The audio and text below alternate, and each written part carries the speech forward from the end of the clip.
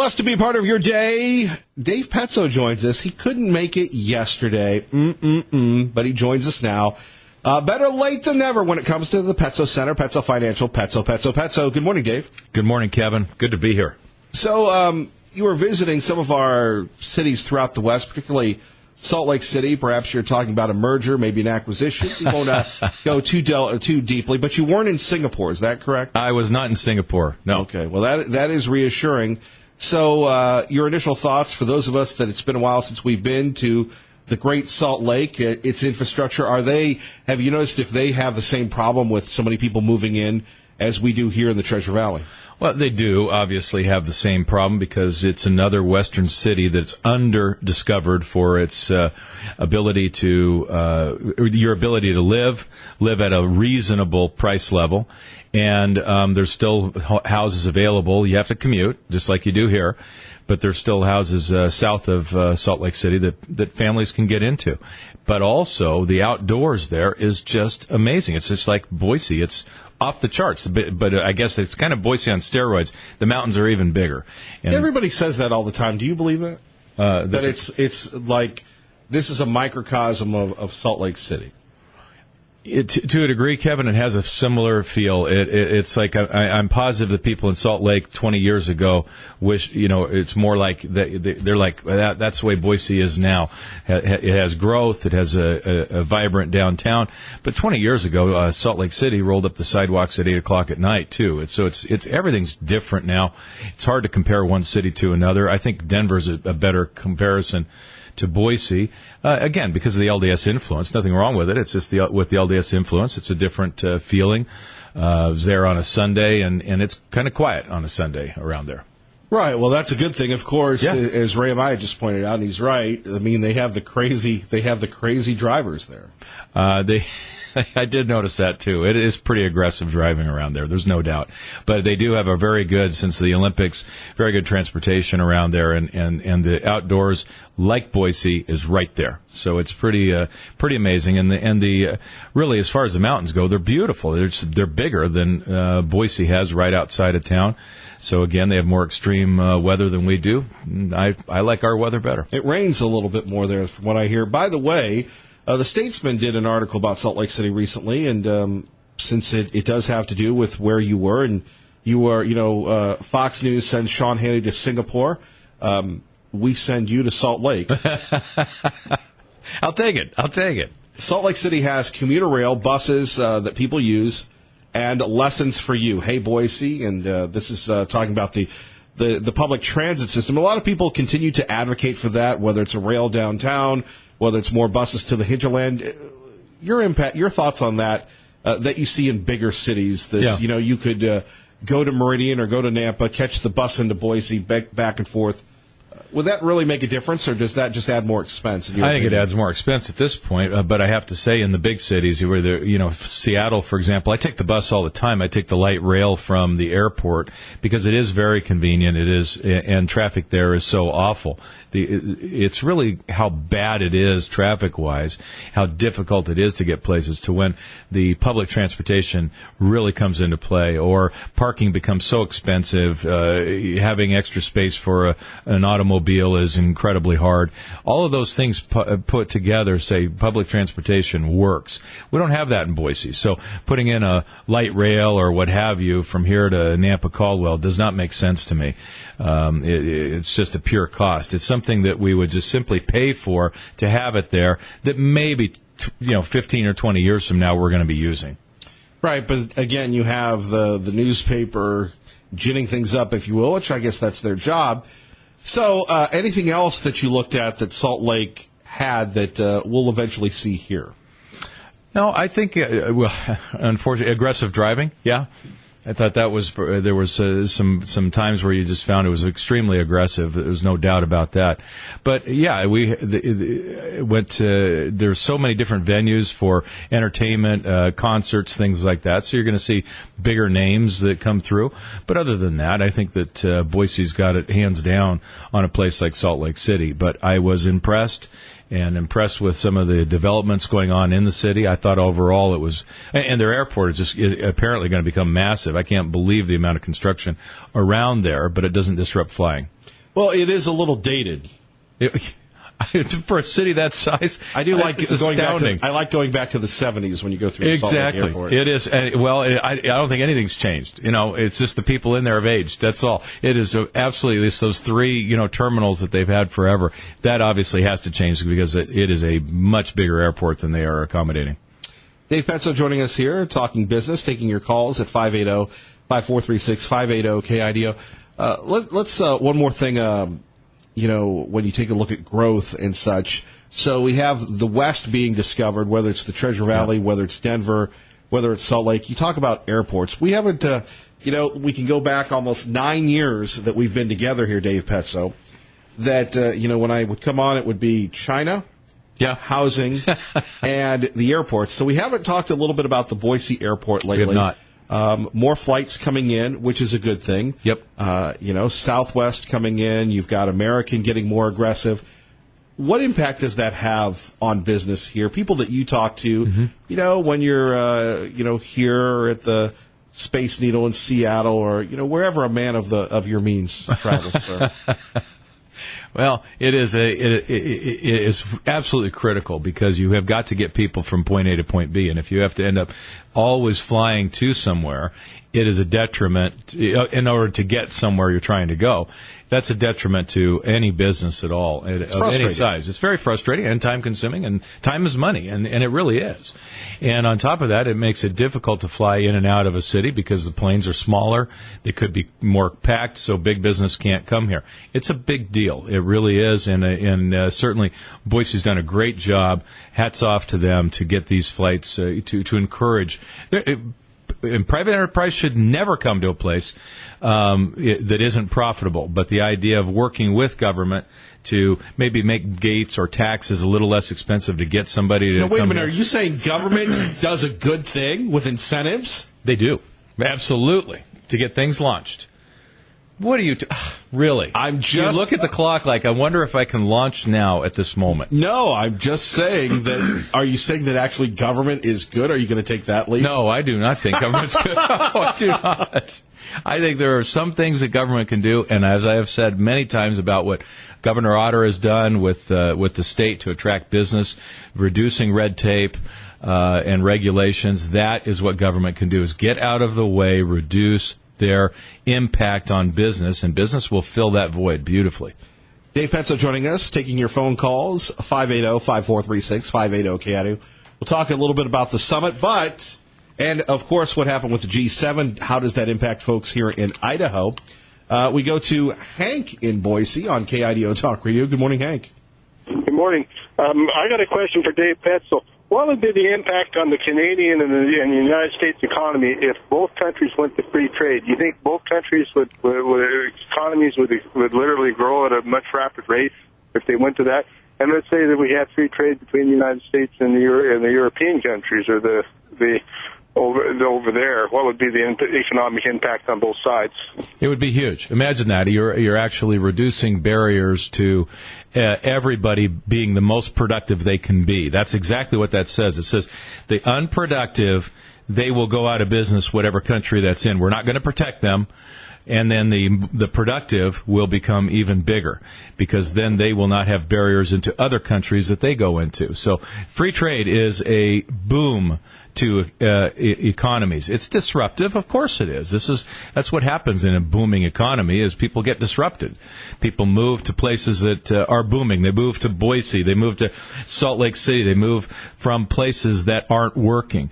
Progress is disruptive, and it's disruptive to places like, if you will, right here in our backyard, Council, Cambridge, Weiser. These are places that are being disrupted as people move to where the jobs are.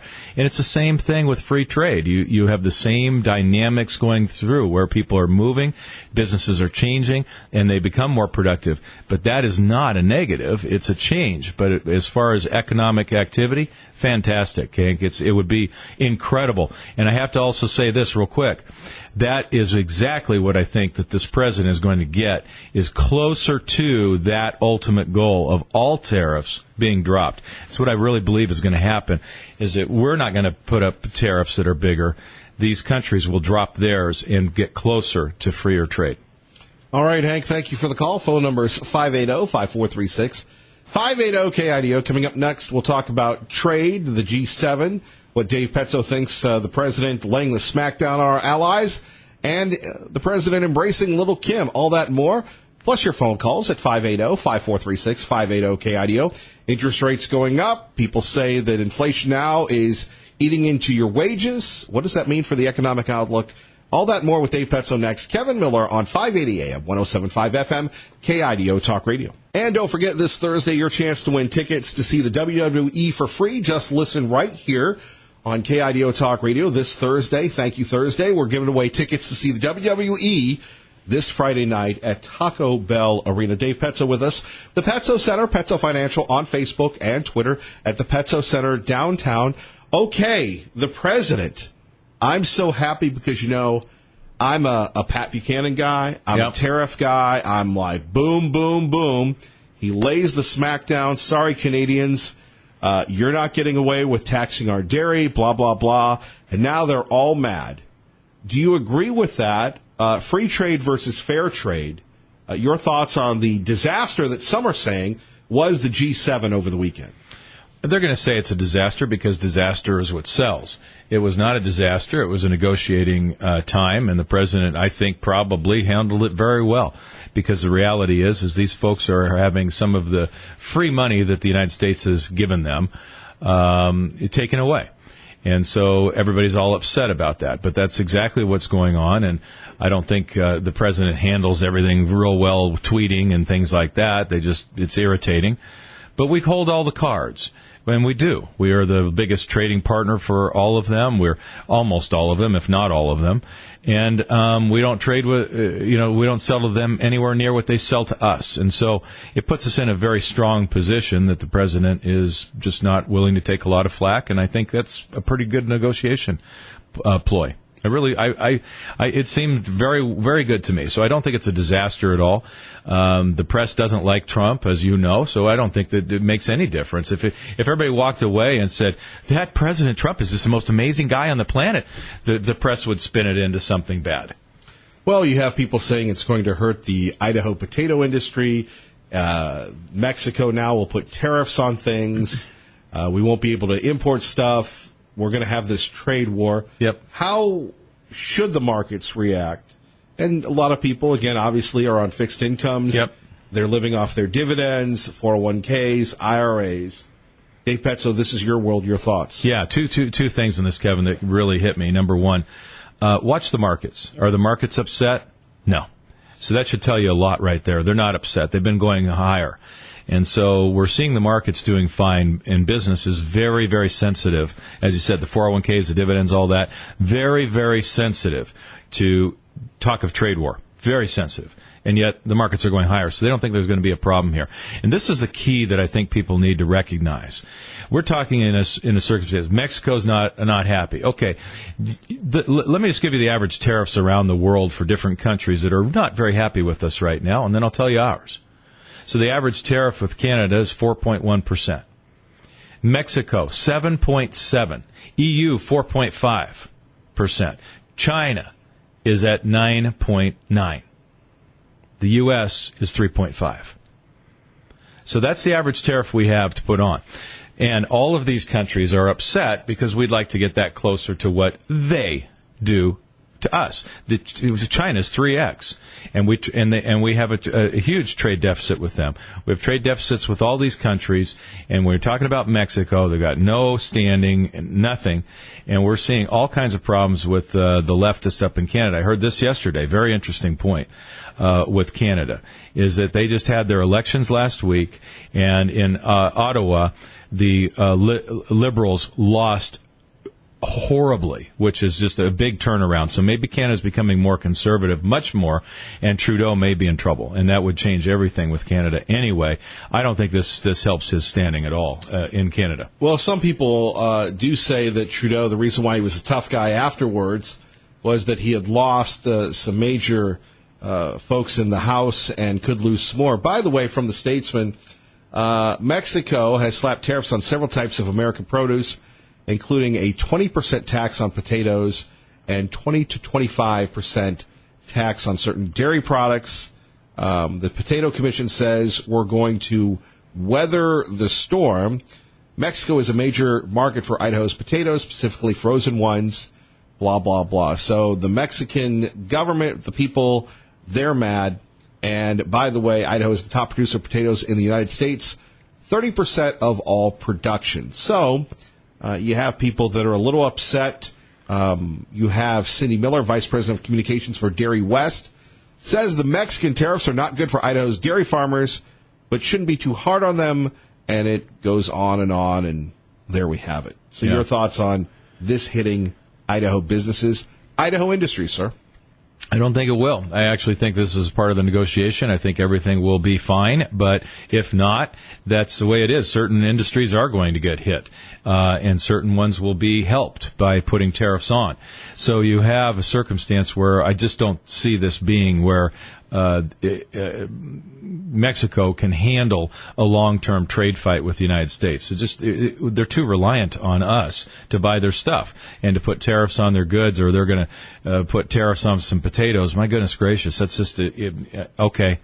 That sounds a lot like some little runt, yelling at the bully. Oh yeah, oh yeah, oh yeah. I mean, they have nothing to fight with in this circumstance, so they just fight with words. And back to the phones for Dave Petzo. We go to Jim in Middleton at KIDO Talk Radio. Good morning, Jim. Good morning. I didn't know if I could jump in and change the conversation a little bit. I had a question for Dave. And Dave, the question was, there's some accounts out there, an AXA account that pays 6.5%, and it's a minimum of $25,000. Okay. And it has a buffer. If it goes below 10%, you don't lose any money unless you go below 10%. And if it goes like 4 or 5%, you can take it out with no penalties and put it in any account you want. And I just want to know if you've heard anything like that, what your thoughts were on it. No, I don't. I don't know what that is. I don't know how you would have an account that you get 6.5%, like some kind of guaranteed on, but you can get out of it. It's not 100% guarantee. It's kind of tied in with the market. It can fluctuate to 5.9, but up to 6.5 max. That's as far as it's going to go. Oh, so they cap the return on it in exchange for not losing. Is that correct? Yes, and then, okay. For instance, if you put $100,000 in there and it drops 9%, you lose nothing. Drops 10%, you lose nothing. Drops to 11, you lose 1,000. Okay. And but you have the option of taking it out with no penalties at all if it starts going down, and you can put an alarm on that. But you're capped at your growth. And I'm talking about money that's just kind of sitting in the bank. Sure. Now, Jim, we are getting in the weeds a little, so yeah. We have Dave's show on Saturday for those specialties. But, Dave, your thoughts? Yeah, probably best that, if you could, you could send me that information, and then I can talk more about it, really. The answer is gimmick products or gimmicks. Okay, that's the short of it. Jim, there's all kinds of things. I can break it apart. It sounds like a new iteration of an equity indexed annuity. This one has some possibilities of getting out. If you lose money, great and groovy. I don't know how that's good. If I lose money, I can get out. If I don't lose money, I'm trapped. I'm not sure. I'd have to look at the surrender charges on it, but it sounds exactly like the gimmicky pimps of equity indexed annuities are. So that's what it looks like to me. Hey, Jim, thank you for the call. Kevin Miller in the morning here. Let's go to Pete in Mountain Home on KIDO Talk Radio. You just knew I had to throw that in there. Good morning, Pete. Good morning. I just a couple comments. I have to agree with President Trump that America's tired of being the world's piggy bank, where they get to break in and just get themselves treats anytime they feel like it. That was a great line, I thought he said there. I thought that was quite a line. It was beautiful. And, what I think is going on, too, you look at Canada and the European community, and these are all socialist countries, and what they're doing with their tariffs is they're keeping, basically, like you were saying, they're keeping inefficient producers in business. They're keeping people that cannot compete with America, and they're keeping them in business. And they get to do that because we're paying for their defense, and we are not tariffing anything at the same rate they are. So, yeah, we're their piggy bank, and I think that's why they're so upset. Well, it's part of it, and also, hey, why not? If I'm enjoying all the spoils of somebody spoiling me, why wouldn't I be upset if you took it away? Really? Oh, absolutely, right? Yeah. So we have a president that's taking it away. They're upset. So what? That's the way it goes. It's just like a child.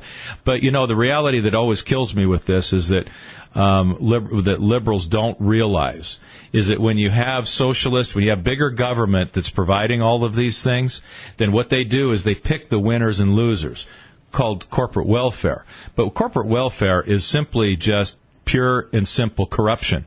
It's corruption at any level. No matter what you want to call it, when government picks winners and losers based on politics rather than based on who's doing the best job and based on connections, that's corruption. And that's exactly what if you ask liberals, well, why is it that you want a more corrupt government? Well, I don't. I want less corruption. Well, why would you think government makes those decisions? Free enterprise does. Freeing people up because business will take care of itself. If people aren't providing a good product, it doesn't matter if you're favored or not. You go out of business in a free marketplace. Pete, thank you for the call. Dave Petzo, we always appreciate you. This Saturday, 8 to 10, Money Matters. The Petzo Center, Petzo Financial, on Facebook, on Twitter. Thank you, sir. Thank you, Kevin, for having me. I appreciate it. You're listening to Kevin Miller on 580 AM, 107.5 FM. Good morning, Dave. Good morning, Kevin. Don't forget Sean Hannity in Singapore this week covering the summit that happened yesterday. Catch Sean Hannity weekdays 3 to 6, then Lars Larson on KIDO Talk Radio, where you come to talk and we listen. Kevin Miller, your morning guy, locally here in the Treasure Valley. Phone numbers 580-5436. 580 KIDO, and don't forget the God and Country Festival of the Treasure Valley, 52nd annual, coming up Tuesday, June 26th. The gates open at 4 o'clock. That's the Idaho Center, the Ford Idaho Center Amphitheater. We can't wait to see you there. Always look forward to God and Country. And KIDO Talk Radio will be playing the patriotic music to the fireworks that night. So tune in to catch the fireworks with the music only right here on KIDO Talk Radio. Liberty Linda joins us now. Good morning, Liberty Linda. Yes, good morning, Kevin. Robert De Niro just sounded sick the other day. I couldn't hardly listen to his whole talk, but I recognized something else in his voice.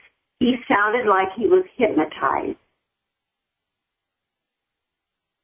I didn't really pick up on that, but maybe he was just so full of himself. Who knows? I know if there was something, I'm a certified hypnotherapist, and I've heard many people speak as they're hypnotized.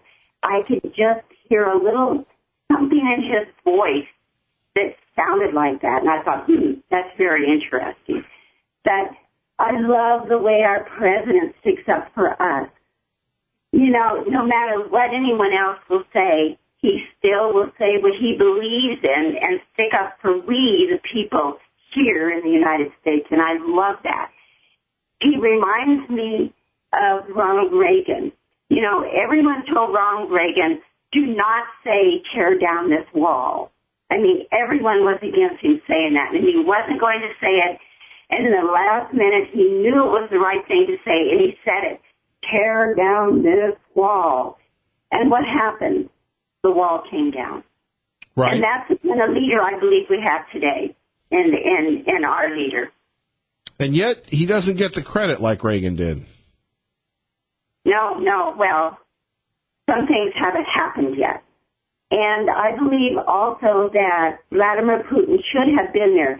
Vladimir Putin just isn't any leader. He is called a Peter because he is related to the first Peter and whom Petersburg was built for.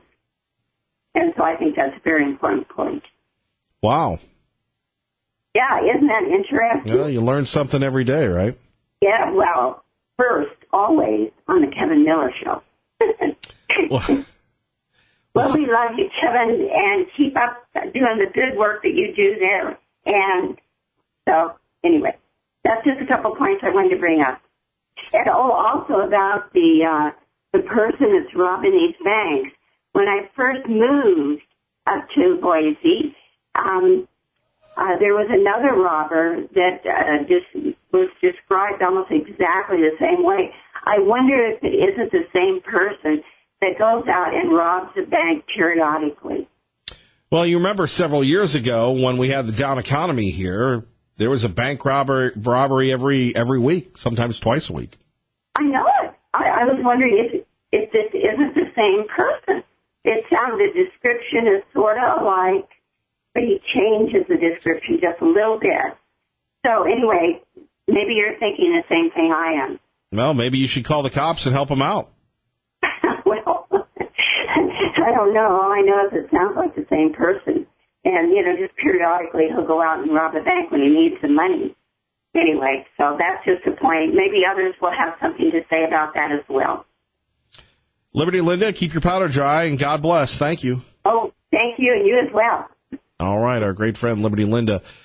Earlier today, Donald Trump talked to George Stephanopoulos. Remember, he exclusively talked to our own Sean Hannity, who is in Singapore all this week, and you can catch Sean right after Dave Ramsey, right here on 580 AM, 107.5 FM. Thanks for doing this. Thank you very much. So we saw you sign the agreement right in this room. You also said you developed a special bond with Kim. Describe that bond. Well, it's been a very intense day, and as you know, we discussed things over the last few months.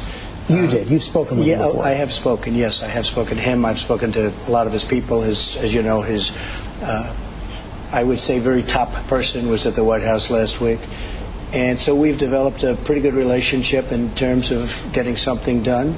It got done. I think it's a terrific document. It's a starter, but it's a terrific document. I think far more. And there are things that we negotiated after that document that are also very important. They're going to get rid of certain ballistic missile sites and various other things. We're going to put that out later.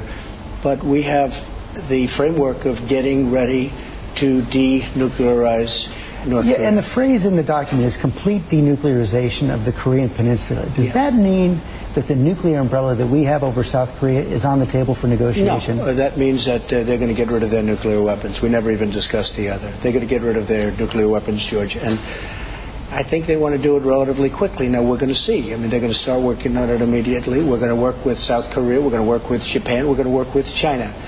But it really has been an incredible exercise. You've set the bar for nuclear agreements by criticizing the Iran nuclear deal. Said it's the worst deal ever made. Does that mean that any deal with North Korea has to be tougher than the Iran deal? I don't think a deal could be softer. First of all, we're not paying $150 billion, okay? We're paying nothing from that standpoint other than you will see what happens. I think there's going to be a great partnership with Japan and with South Korea. President Moon has been terrific. But they have to get Prime Minister Abe has been terrific. Okay, there you have it. We'll go back to that. That's courtesy of Good Morning America from ABC News. And this is where you come in at 580-5436, 580-KIDO. So what we have on the table is North Korea is going to get rid of all their nukes. President Trump will eventually pull our forces out of Korea. We are not going to do those war exercises anymore that the North Koreans believe are provocative. Now, the North Koreans have been down this path before with many presidents, never to the extent where you had a leader meet with the president one-on-one. Now, Kim's a young guy, in his mid-20s maybe early 30s at the most, still insecure in his leadership, if you will. That's why he's killing everybody. At 580-5436, I can give you my thoughts, and I'm more than happy to do it, but Korea has, like Iran, has long been the one that got away. On one hand, we have people, the veterans and their families of the forgotten war, the Korean War, one of the bloodiest wars ever, didn't get a lot of attention in between World War II and Vietnam. Korean War veterans will tell you about rifles melting down after wave of the North Koreans came through. Then you have Eisenhower, shutting things down, or not Eisenhower. You have MacArthur wanting to go all the way into Red China. That was the end of Douglas MacArthur. So Korea has always been at war. You've got the DMZ, where you have the North and the South. You have them kidnapping South Korean soldiers, kidnapping Americans, torturing them, killing people. The most brutal, repressive regime. So as we live in the complete antithesis of North Korea, the beautiful Treasure Valley of Idaho, where we have to deal with traffic and nitwits that listen to music radio, your thoughts on this deal, the idea of no more war games with the South Koreans, eventually perhaps even the troops leaving, and the denuclearization of a country that cannot even, afford to feed its people, of a country that can't even afford an aircraft to fly their leader, their supreme leader, to meet with our president. Think about that. They can't even afford an aircraft or the hotel. And we're not talking about people that are on the Dave Ramsey hit list that have spent too much. We're talking about a country. And the president, some say crazy like a fox, luring Kim in with the barbs and the insults, and now they're getting along. I can tell you how I feel, and I'll be more than happy to share that with you. And when you elect someone, just like someone at work, you have to trust them. You have to figure out that, we elect a congressman, we elect a senator, we elect a president to do a job. Whether we agree with them or not, we have to support them. Now, the media is crazy. Oh, Trump this, Trump that. Oh, I hope he doesn't screw it up, right? Let's go back to what he just said about Obama. I mean, heck, Obama gave everything away. Here is the president with our own Sean Hannity. Remember, when you're hearing Sean Hannity, you're listening to 580 AM, 107.5 FM, KIDO Talk Radio. In the room alone, and then the subsequent talks with your team and their team. How honest? How brutal? What was said? Try and bring people into the room. So we got along very well. We got along from the beginning. We started off, he and myself and two interpreters, and from the beginning we got along. I've made the statement, and I've said it before. I've said it about a lot of different kinds of relationships. You can almost tell right at the beginning. Did you tell at the beginning? What was that first minute? No, I felt very good at the beginning, and I talked about we have to denuke. This country has to be denuked, and he understood that. He fully understood it. He didn't fight it. 580-5436, 580-KIDO. Your thoughts next with Kevin Miller on KIDO Talk Radio. Let's hear what you have to say. Max, my man in Garden City, KIDO Talk Radio. Good morning. Good morning. It's a nice morning.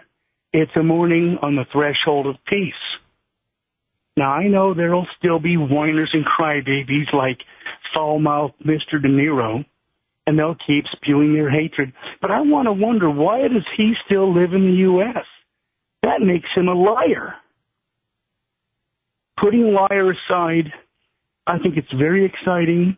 I've been on the phone with friends of mine who live in Dandong.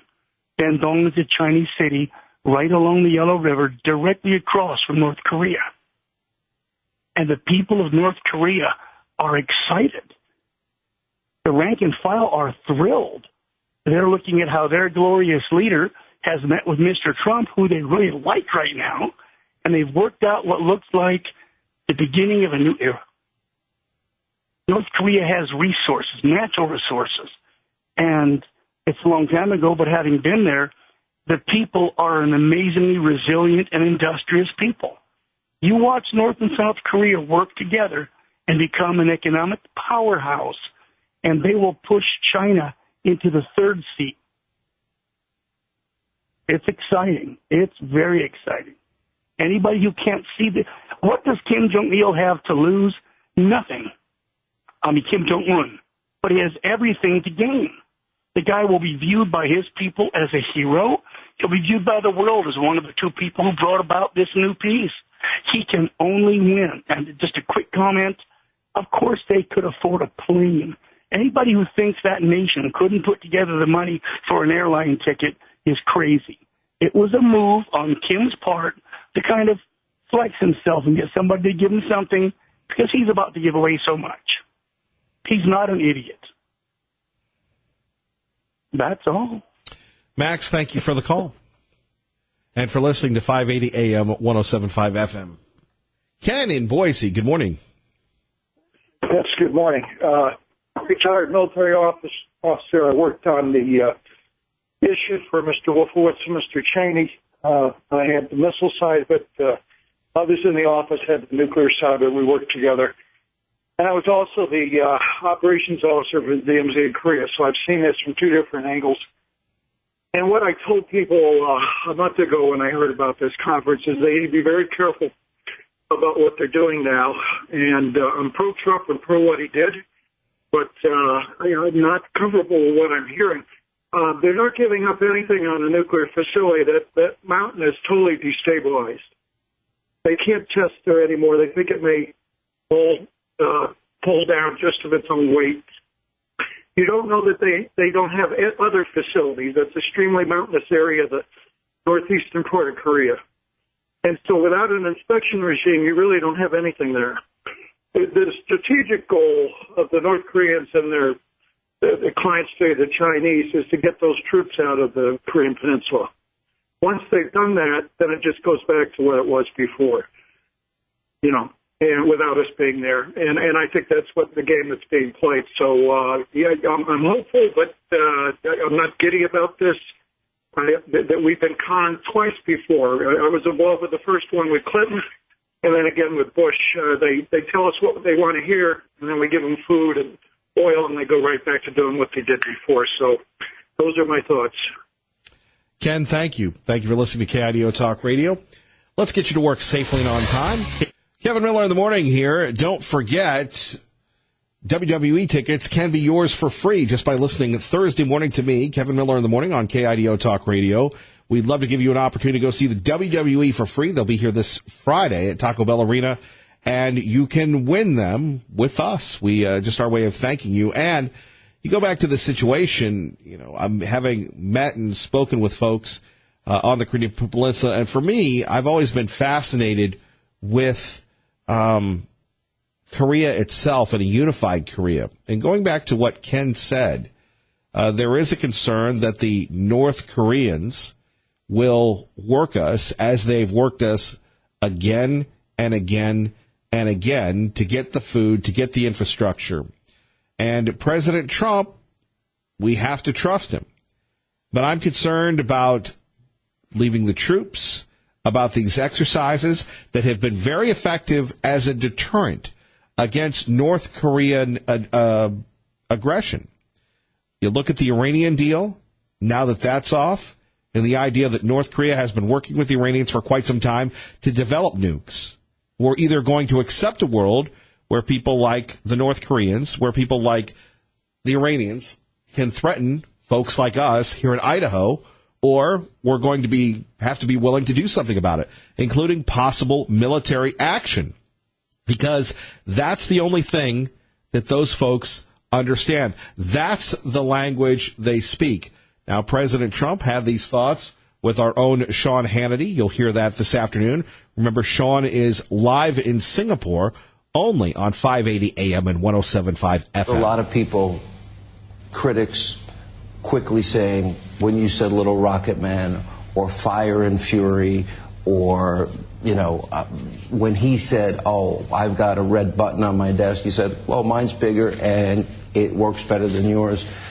How did it evolve from that to this? Because he did say at the very beginning, we're going to basically start over, but that has been building behind the scenes. Well, I think without the rhetoric, we wouldn't have been here. I really believe that. We did sanctions and all of the things that you would do, but I think without the rhetoric, other administrations, I don't want to get specific on that, but they had a policy of silence. If they said something very bad, very threatening and horrible, just don't answer. That's not the answer. That's not what you have to do. So I think the rhetoric, I hated to do it. Sometimes I felt foolish doing it. But we had no choice. Only one person in America has that access to the President of the United States, and that's our good friend, Sean Hannity. Can't wait to hear what he has to say from Singapore this afternoon, beginning at 3, right after Dave Ramsey, right before Lars Larson. We're just getting started here. Kevin Miller, KIDO Talk Radio.